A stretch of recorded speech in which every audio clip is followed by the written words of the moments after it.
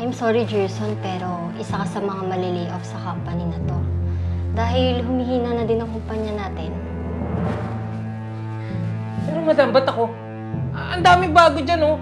Yung mga bago, ba't hindi yun yung pagtatanggalin nyo? Ang tagal ko na sa kumpanya, madam. Yung posisyon mo kasi ang isa sa nasama sa mga ibabawas sa company, kaya I'm sorry.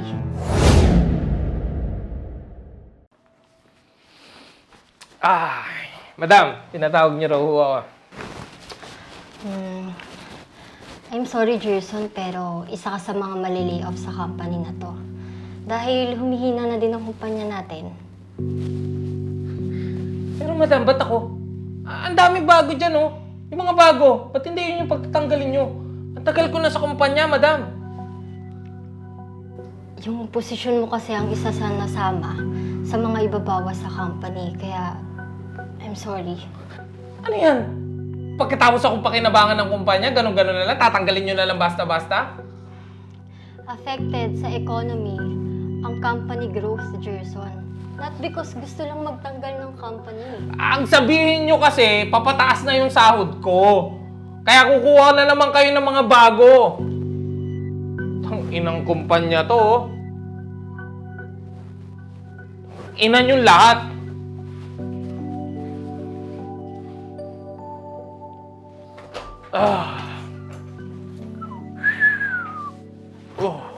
Lasing ka? Oo. Dahil sa putang inang kumpanya na yan. Pagkatapos nila akong pakinabangan, tang ina, tinapon na lang nila akong parang basura. Tang ina nila. Wala ka ng trabaho? Wala.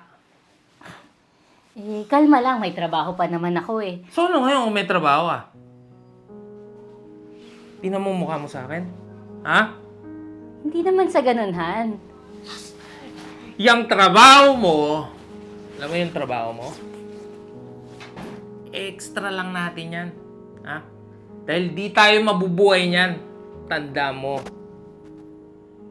Okay? Huwag kang magmagaling.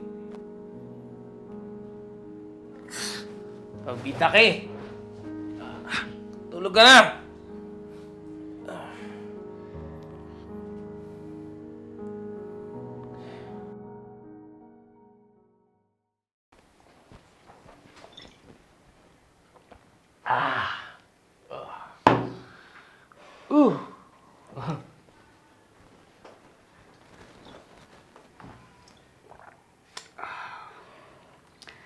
Ang aga naman yan, Han. Iniisip mo pa din ba yung pagkakatanggal mo sa trabaho? Han, humanap ka na lang ng ibang trabaho. Kalimutan mo na yung kumpanyang yun.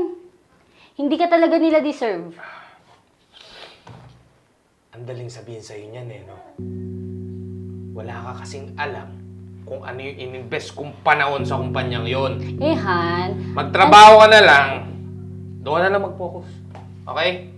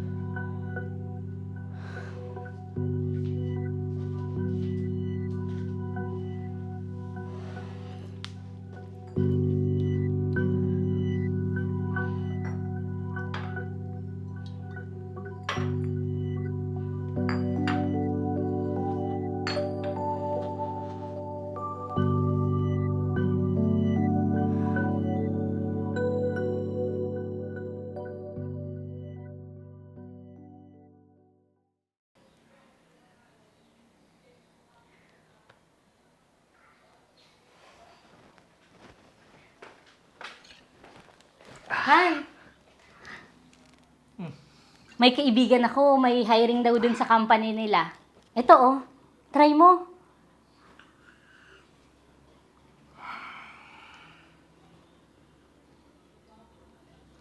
Talaga bang ipapamukha mo sa akin na wala akong silbi? Hindi ka makapagantay?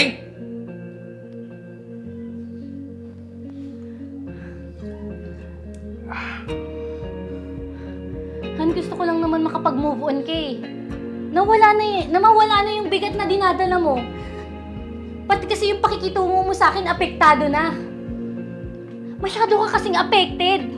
Na pati ako mismo, hindi mo na iniisip yung nararamdaman ko sa mga sinasabi mo. Dami mong sinasabi. Ang sabihin mo, kaparehas niyang utak mo, yung utak ng kumpanya na yon. Na mahina yung tingin sa akin. Ang kitid ng utak mo, Gerson!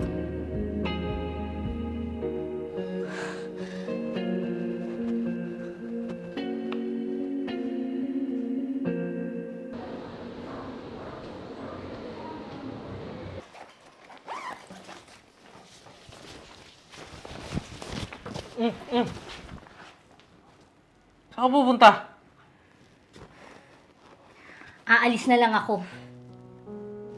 Kesa madamay pa ako sa unti-unti mong pagsira sa buhay mo.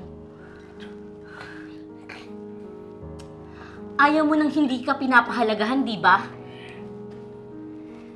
Pero ako mismo na asawa mo, ipinaparamdam mo sa akin na wala akong halaga sa'yo. Aalis na lang ako. Wala kang ibang kailangan, kundi ang sarili mo.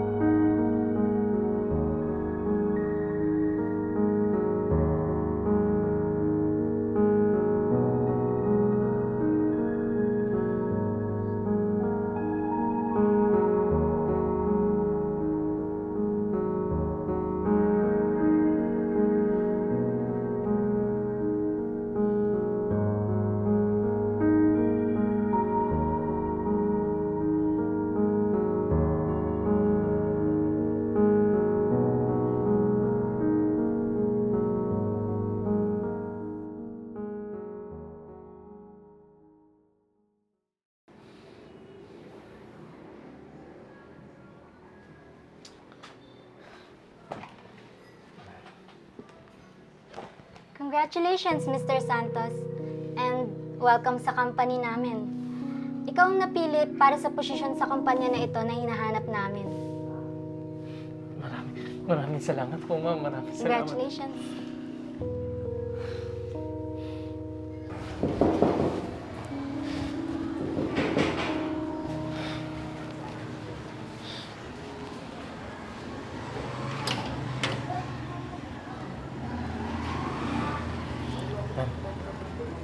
Anong ginagawa mo dito?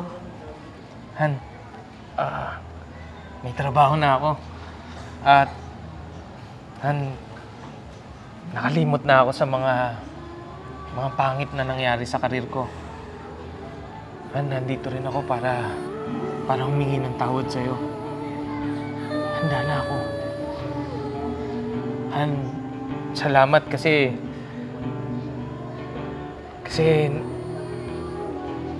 napaunawa mo sa akin yung mga mali ko nagawa. Dahil sa'yo, nagkaroon ng kaliwanagan yung kaisipan ko tungkol sa mga nangyayari sa buhay ko. Han, bumalik ka na sa bahay.